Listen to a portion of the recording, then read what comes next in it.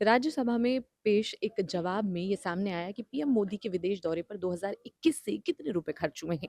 इसको लेकर news room चौपाल में आज सबसे ज़्यादा चर्चा करेंगे। इसके अलावा हम चर्चा करेंगे कि सीबीआई ने एनटीए के तमाम जो पेपर लीक हुए उसको लेकर क्या खुलासा किया है। इसके अलावा चर्चा करेंगे एक्सप्रेस इन्वेस्टिगेशन को लेकर, किस चीज़ पर ये इन्वेस्टिगेशन है, क्या कुछ खबर है, इस पर भी चर्चा करेंगे। साथ ही क्रिकेट को लेकर भी आज चर्चा करने वाले हैं कि जिस तरीके से यहाँ पर मैच होने वाला है उसमें शुभमन गिल जो चोटिल हो गए हैं उससे कितना नुकसान होगा, ये तमाम चीज़ें करेंगे। इसके साथ ही झारखंड में जो प्रोटेस्ट चल रहा है उसको लेकर भी यहाँ पर जानेंगे कि फिलहाल वहाँ पर किस तरीके का माहौल है, क्योंकि 14वां दिन है। तो शुरू करते हैं। राज्यसभा में पेश एक जवाब में सामने आया कि 2021 से पीएम मोदी के विदेश दौरे पर सरकारी खजाने से लगभग 557.51 करोड़ रुपए खर्च हुए हैं। कौन-कौन से दौरे हुए और किस दौरे पर सबसे ज़्यादा खर्च हुआ और ये जवाब किसने माँगा था, ये तमाम चीज़ें जानते हैं। देखिए, पीएम मोदी की विदेश यात्राएँ अक्सर चर्चा में रहती हैं और विपक्ष भी उनकी विदेश यात्राओं पर खर्च होने वाली रकम को लेकर, पैसे को लेकर अक्सर सवाल-जवाब उठाता रहता है। लेकिन अभी जो है राज्यसभा सांसद संजय सिंह और डी शिवदासन ने कल राज्यसभा में ये सवाल पूछा कि पीएम मोदी ने 2021 से लेकर अब तक यानी 2026 तक कितनी विदेश यात्राएँ की हैं और उन पर टोटल कितनी रकम खर्च हुई है। और उन्होंने यह भी पूछा कि हर देश के साथ जो द्विपक्षीय समझौता होता है उसकी भी डिटेल दीजिए। इसके जवाब में विदेश मंत्रालय ने यह जवाब दिया है कि टोटल अब तक 557.51 करोड़ रुपए खर्च हुए हैं। लेकिन इसमें जो अभी हाल ही में पीएम फ्रांस की विदेश यात्रा पे गए थे उसका जो रकम खर्च हुई है उसका कैलकुलेशन नहीं है, तो इस खर्चे में वो अभी शामिल नहीं किया गया है। तो अगर हम बात करें तो सब पीएम मोदी की सबसे महंगी यात्रा की तो वो फरवरी 2025 में जो पीएम ने यात्रा की थी फ्रांस की, उस दौरे पर सबसे ज़्यादा खर्च आया था और उसकी कुल रकम थी 25.259 करोड़ रुपए। अगर मैं आपको दिखाऊँ आँकड़ों में, तो अमेरिका की जो उनका खर्च आया था अमेरिका के दौरे पर वो 16.54 करोड़ रुपए था। वहीं जुलाई 2025 में ब्राज़ील की यात्रा पर पीएम मोदी ने जो ब्राज़ील की यात्रा की थी, उस पर 17.72 करोड़ रुपए खर्च आए थे। जबकि अप्रैल 2025 में सऊदी अरब के दौरे पर जब पीएम गए थे, उस पर 15.54 करोड़ रुपए का खर्चा आया था। सितंबर 2024 में जब अमेरिका का दौरा किया था पीएम ने, उस पर 15.33 करोड़ रुपए और इटली के जून 2024 में किए गए दौरे पर 14.36 करोड़ रुपए का खर्चा आया था। अगर मैं आपको दिखाऊँ कि अब तक इटली दौरे की बात करें तो उस पर 14.36 करोड़ रुपए खर्च हुए हैं। वहीं जब हम बात करें कि 2022 में पीएम मोदी ने किन यात्राओं पर सबसे ज़्यादा खर्च हुआ है, तो उसमें Germany, Denmark, France, Nepal, Japan, UAE, Uzbekistan, Japan और इंडोनेशिया की यात्रा की। इसमें सबसे ज़्यादा खर्च जो हुआ वो जर्मनी की यात्रा पे हुआ 14.47 करोड़ रुपए। वहीं 2021 की बात करें तो पीएम मोदी की 2021 की विदेश यात्रा में बांग्लादेश, अमेरिका, इटली और यूके जैसे देश शामिल थे। इसमें अमेरिका की यात्रा पे सबसे ज़्यादा खर्च आया 19.63 करोड़ रुपए। इसके बाद यूके की यात्रा पर 8.57 करोड़ रुपए खर्च हुए। तो ये कुल रकम जो अभी तक विदेश मंत्रालय ने बताई है उनके पीएम मोदी के विदेश दौरे को लेकर। लेकिन विदेश मंत्रालय का कहना है कि ये जो आंकड़े हैं वो अस्थायी हैं, क्योंकि इनमें अभी जो अंतिम बिल्स होते हैं उनका कई का कैलकुलेशन होना बाकी है, तो वो भुगतान इसमें हो सकता है शामिल नहीं हो। ठीक है। तो ये थी कि किस तरीके से 557.51 करोड़ रुपए जो है पीएम के विदेश दौरे को लेकर लगातार खर्च हुए और साथ ही यहाँ पर पीएम मोदी को लेकर जवाब जो है विपक्ष की तरफ से मांगा गया था, क्योंकि कई बार आपने देखा है कि विदेश दौरे को लेकर विपक्ष लगातार सवाल उठाता रहता है कि पीएम मोदी दौरा करते हैं और उसका ब्यौरा जो है कहीं ना कहीं मांगा जा रहा था लगातार इन तमाम चीज़ों को लेकर। झारखंड में स्टूडेंट्स का जो प्रोटेस्ट चल रहा है उसका 14वां दिन है, लेकिन इसी बीच आयसा की तरफ से ये कहा गया 7 अगस्त यानी कि आज वो विधानसभा मार्च के लिए उन्होंने अप्रोच किया, जिसके बाद जो झारखंड में प्रोटेस्ट चल रहा है वहाँ के स्टूडेंट्स ने कहा कि आयसा से हमें कोई मतलब नहीं है। क्या है ये पूरी खबर? किस तरीके से आज ये मार्च प्लान हो रहा है और फिलहाल जो झारखंड में प्रोटेस्ट चल रहा है उसमें क्या कुछ हो रहा है, ये जानते हैं। देखिए ऐसा ने कहा था कि हम आज मार्च करेंगे 7 अगस्त को, लेकिन जो वहाँ का जो छात्र विरोध प्रदर्शन कर रहे हैं, जो उनकी कोर टीम है, उसने साफ कर दिया है कि हमारा जो विधानसभा में प्रोटेस्ट होगा आज, वो मार्च होगा, उससे हमारा कोई लेना-देना नहीं है।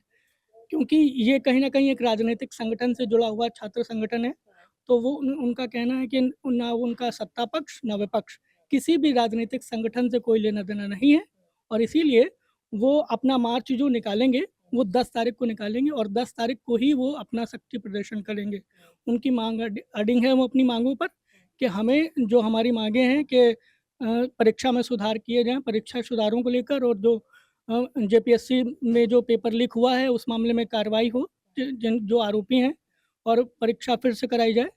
तो इन सारी माँगों के ऊपर वो अपनी माँगों पर अडिग हैं और दूसरी ओर आज जो प्रोटेस्ट हो रहा है इस मामले में राहुल गांधी ने समर्थन कर दिया है। तो ये जो छात्र हैं इनको भी पता है कि अब इस मुद्दे पर राजनीति हावी हो रही है और इसीलिए ये लोग पूरी तरह से ये नहीं चाहते हैं कि जैसे जंतर-मंतर पे कहीं न कहीं राजनीति होने लगी थी और उसकी वजह से कहीं न कहीं वो प्रोटेस्ट थोड़ा कमज़ोर भी हुआ था, है ना? तो वो नहीं चाहते हैं कि ऐसा कुछ एक बार यहाँ पे राजनीतिक पार्टियाँ खेलें और उसका फिर उन्हें फ़ायदा हो और छात्रों के मुद्दे पीछे हट जाएँ। इसीलिए वो लोग अब इस राजनीतिक पार्टियों के इस पूरे मामले से पीछे हट गए हैं। राहुल गांधी हालाँकि समर्थन कर रहे हैं, लेकिन देखना ये भी होगा क्योंकि राहुल गांधी ने जब कल उनसे प्रेस कॉन्फ्रेंस में पूछा गया था, तो उन्होंने इस मुद्दे पर कोई जवाब नहीं दिया था और बड़ी ही बेरुखी से वो इस बात को काट गए थे। तो आज अब देखना होगा कि इस मामले में आयशा का विरोध प्रदर्शन कैसा होता है और उसके बाद छात्रों का विरोध प्रदर्शन प्रदर्शन कहाँ तक जाता है। सरकार ने कहा है कि हम बातचीत करेंगे, बातचीत बातचीत के लिए उन्होंने बातचीत के लिए उन्होंने पैनल भी बनाया है। लेकिन अभी तक उनका कहना ये छात्रों का कहना ये है कि कोई बातचीत हमसे की नहीं गई है। कल शाम तक की एआईआर की रिपोर्ट है कि अभी तक कोई तरह बातचीत के लिए यानी उनको एक भी दौर की बातचीत अब तक नहीं अभी हुई। कोई बातचीत हुई नहीं है और ना ही सरकार की तरफ से कोई इन्विटेशन भी आया है। तो अब देखना ये होगा बातचीत कब तक होती है और 10 तारीख को जब वो मार्च करेंगे तो उनका शक्ति प्रदर्शन कैसा होता है। तो फिलहाल झारखंड का जो स्टूडेंट प्रोटेस्ट है उस पर हमने जानकारी ली कि किस तरीके से आयशा जो है इस प्रोटेस्ट में जुड़ना चाह रहा था और 7 अगस्त यानी कि आज विधानसभा तक मार्च करना चाहता था। लेकिन जो यहाँ पर झारखंड की जो कोर टीम है जो स्टूडेंट्स प्रोटेस्ट कर रहे हैं उन्होंने साफ तौर पर इनकार कर दिया। उनका कहना है कि हम इस पूरे मूवमेंट को पॉलिटिकल नहीं बनाना चाहते क्योंकि हमने जंतर मंतर पर ये चीज़ें होती देखी हैं और कहीं न कहीं जंतर मंतर पर जो स्टूडेंट्स प्रोटेस्ट में गलतियाँ हुई थी उससे झारखंड का जो प्रोटेस्ट है पूरी तरीके से अपने आप को दूर रख रहा है। इसी बीच पेपर लीक को लेकर एक और बड़ी खबर सामने आई। सीबीआई जो एनटीए में पेपर लीक और इन तमाम चीज़ों को लेकर जाँच कर रही थी, उसमें कुछ बड़े खुलासे हुए हैं। क्या वो खुलासे हैं और किस तरीके से दिल्ली में जो एनटीए का दफ्तर है, उससे पेपर लीक कैसे हुए, किस तरीके से हुए, कौन-कौन उसमें शामिल था? इन तमाम चीज़ों को लेकर फिलहाल कुछ खुलासे हुए हैं, ये जानते हैं। नीट पेपर के जो लीक मामला चल रहा है, तो उसमें जब सीबीआई जाँच कर रही है, तो सीबीआई 28 जुलाई को सीबीआई ने दिल्ली के एक फास्ट ट्रैक अदालत में विशेष खुलासा किया। उन्होंने जो अपना मतलब रिपोर्ट दर्ज की वहाँ पर सबमिट की है, तो उसमें उन्होंने 13 लोगों के नाम डाले थे। उनमें 3 ऐसे हैं जो सब्जेक्ट के एक्सपर्ट थे, फिज़िक्स, केमिस्ट्री और बॉटनी के। तो उन लोगों को काम सौंपा गया था कि आप जो क्वेश्चंस बन रहे हैं, क्वेश्चन सेट हुए हैं, उसके प्रूफ रीड करिए और उनको कुछ रफ वर्क के लिए कागज़ दिए गए थे। तो एनटीए ऑफिस के फर्स्ट फ्लोर पर ये ऑफिस था, कॉन्फिडेंशियल सेक्शन उसका नाम है। वहाँ पर ये लोग जब अंदर प्रूफ रीडिंग कर रहे थे तो उन लोगों ने उस रफ वर्क करने के जो पेपर मिले थे उसके छोटे-छोटे टुकड़े बना लिए, चिट बन टाइप का, और उसमें कुछ क्वेश्चन उन्होंने बहुत ही शॉर्ट में लिख लिए। और वो कुछ शॉर्ट में लिख लिए और कुछ उन्होंने अपने से याद कर लिए थे कुछ क्वेश्चंस, और उसके विकल्प भी जो क्योंकि और वो बाहर जाके नोट कर लिए। ऑब्जेक्टिव टाइप के थे। हाँ, बाहर जाकर नोट कर लिए।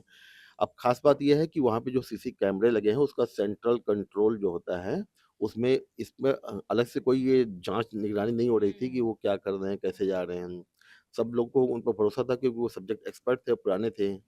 अब बाद में ये लोग क्या किए कि पुणे में जहाँ पर इनका घर है, वहाँ पर ये अपने घरों में एक स्पेशल कोचिंग ऑर्गेनाइज़ किया। वहाँ पर कुछ ख़ास बच्चों को, छात्रों को बुला करके उनको इन क्वेश्चन के बारे में पूरी जानकारी दी, उनको बताया। तो पेपर लीक मतलब ख़ास तौर पर इस तरह से हुआ। सीबीआई ने अपनी जाँच में जो रिपोर्ट दाखिल की उसमें बताया कि इस तरीके से इन्होंने पेपर लीक किया। तो जैसा आपने बोला कि वो कॉन्फिडेंशियल रूम बना हुआ था, तो जब ये जिनकी बात हो रही है, जब ये लोग बाहर निकले तो क्या इनकी जाँच नहीं होती थी? हाँ, वही बात कर रहे हैं कि जो सीसी कैमरे लगे थे, उसमें इनको ये माना गया कि ये जो पुराने लोग आते-जाते रहते हैं, इन पर कोई नज़र नहीं रखी गई। अब सीबीआई ने ख़ास तौर पे इसी पे फ़ोकस किया, तो देखा कि एक तो पुराने जो जिस टाइम ये पेपर के सेटिंग हो रही थी, उस टाइम के सीसी कैमरे के रिपोर्ट भी हट गए हैं, कुछ फुटेज हटा दिए गए हैं, और चूँकि किसी को इन पर शक नहीं था, तो इसलिए उस पर बहुत ज़्यादा फ़ोकस भी नहीं किया गया। सीबीआई ने जब अपनी जाँच की और इस पर पूछताछ की तब पता चला उनको इस बात की हुँ, जानकारी मिली। तो मतलब ये कह सकते हैं कि एनटीए के अंदर ही ये तमाम चीज़ें चल रही थी और इसके बाद क्या सरकार पर अब और दबाव बनाएगा? हाँ, अब चूँकि एनटीए के अंदर ये काम हुआ हुँ, और एनटीए के फर्स्ट फ्लोर पे जहाँ मेन ऑफिस है, जहाँ सब हुँ, बैठते हैं अधिकारी, वहाँ पर ये काम हुआ, तो ये पर अब जब कोर्ट में मामला पहुँचा है, तो कोर्ट इसमें आगे सुनवाई करेगी। तो ये सरकार पर एक बड़ा दबाव बनेगा कि इतना बड़ा मामला एनटीए में हो रहा है और एनटीए में इतने सीनियर लोग बैठते हैं, वहाँ पर कैसे निगरानी नहीं हुई या कैसे वो चिट लेकर बाहर चले गए, कोई पूछताछ नहीं हुई। हुँ। ये एक सरकार पर बड़ा आरोप लगेगा। जी। तो ये हमने जाना कि किस तरीके से सीबीआई ने एनटीए को लेकर बड़े खुलासे किए, कैसे वहीं पर जो दिल्ली दफ्तर में एनटीए मौजूद है, वहाँ पर ही ये तमाम चीज़ें हुई और उसी में से ही यहाँ पर किसी ने चिट बनाई और कुछ लोगों ने वो सवालों को याद किया और बाहर आकर नोट करा। इस तरीके के बड़े खुलासे जो हैं सीबीआई की जाँच में, अब देखना होगा कि विपक्ष इसे सरकार के खिलाफ किस तरीके से इस्तेमाल करता है। श्रीलंका के खिलाफ 3 दिवसीय जो भारत का प्रैक्टिस मैच है, उसको लेकर बड़ी खबर सामने आई, जिसमें ये सामने आ रहा है कि कैप्टन जो है शुभमन गिल, वो चोटिल हो गए। ये भारत के लिए कितना बड़ा ड्रॉबैक है ये समझने की कोशिश करते हैं और फिलहाल इस 3 दिवसीय प्रैक्टिस मैच को लेकर क्या अपडेट है जानते हैं। श्रीलंका ने टॉस जीत करके पहले बल्लेबाजी का फैसला किया और इस दौरान टॉस के लिए केएल राहुल उतरे। कल प्रैक्टिस सेशन के दौरान जब कैच प्रैक्टिस हो रही थी तो उस दौरान शुभमन गिल को उंगली में चोट लग गई है, इम्पैक्ट इंजरी है। इस वजह से वह इस मैच में कप्तानी नहीं कर रहे हैं। चूँकि ये अभ्यास मैच है, इसमें आप जितने मर्जी उतनी स्क्वाड के खिलाड़ियों को खिला सकते हैं, तो हो सकता है वो कल मैदान पे उतरे। फिलहाल में बीसीसीआई की जो मेडिकल टीम है वो उनकी इंजरी एक्सेस कर रही है।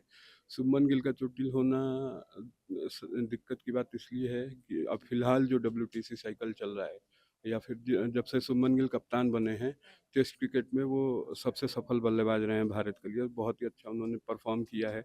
पिछली सीरीज में जब वो साउथ अफ्रीका यहाँ आई थी, उस बीच सीरीज में वो चोटिल हो गए थे, उसके बाद से भारत 2-0 से हार गया था। और फिलहाल सीरीज की बात करें तो जसप्रीत बुमराह, साई सुदर्शन और वाशिंगटन सुंदर जैसे खिलाड़ी चोटिल हैं। इस बीच शुभमन गिल का चोटिल हो जाना भारत के लिए दिक्कत का विषय है। अगर शुभमन गिल बाहर हो जाते हैं या पहला टेस्ट नहीं खेलते हैं, तो आपके पास एक स्पेयर बैटर भी नहीं है, क्योंकि आप अगर साई सुदर्शन अवेलेबल नहीं होते हैं तो आप देवदत्त पडिक्कल को खिलाएंगे और उसके बाद आपके लिए बहुत मतलब 11 उतारने में आपको दिक्कत हो सकती है। भारत को टेक क्षेत्र में आगे बढ़ाने के लिए कुछ लोन जो है प्राइवेट कंपनियों को दिए गए थे। तो जो ये लोन है और जो ये पैसे हैं, जो एलोकेशन है उसको लेकर सवाल उठ रहे हैं और इस पर एक्सप्रेस ने एक इन्वेस्टिगेशन की है और उसमें कुछ बड़े खुलासे हुए हैं, जिसमें कॉन्फ्लिक्ट ऑफ इंटरेस्ट को लेकर अब चर्चा हो रही है और ये क्या है पूरी खबर, किस तरीके से ये तमाम चीज़ें हुई जानते हैं।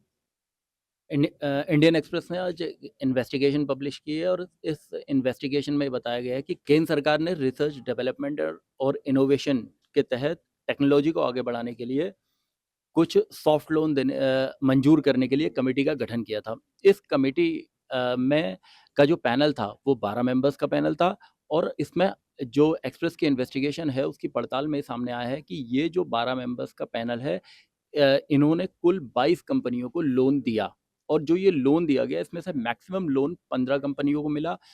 विवाद इस बात का है कि ये जो 15 कंपनियां हैं, इन 15 कंपनियों का संबंध जो ये सिलेक्शन पैनल है, जिन्होंने इन 22 कंपनियों को लोन अप्रूव किया, इन 15 में से 7 लोगों का संबंध इन 22 कंपनियों जिनको लोन अप्रूव किया गया उन 15 इनमें से 15 कंपनियों में से है।